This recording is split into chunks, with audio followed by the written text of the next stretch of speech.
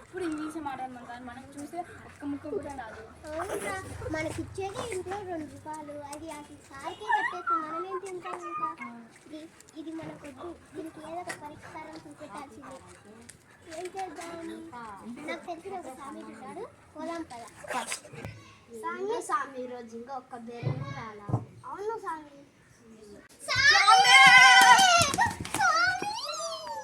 స్వామి, మాకు ఇంగ్లీష్ రాదు స్వామి, దానికి ఏదో ఒక పరిష్కారం చూపించండి స్వామి.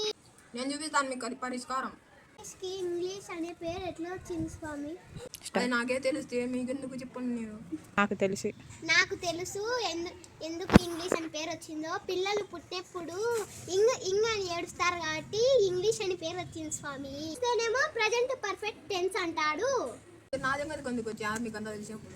మీకేమో కొత్త బైక్ మోడల్లా ఉంటుంది. లోపల సిలబస్ చూస్తేనేమో ఈఎంఐలు కట్టేంత టెన్షన్ వస్తుంది. నేను హౌ ఆర్ యు వరకే మాట్లాడగలను.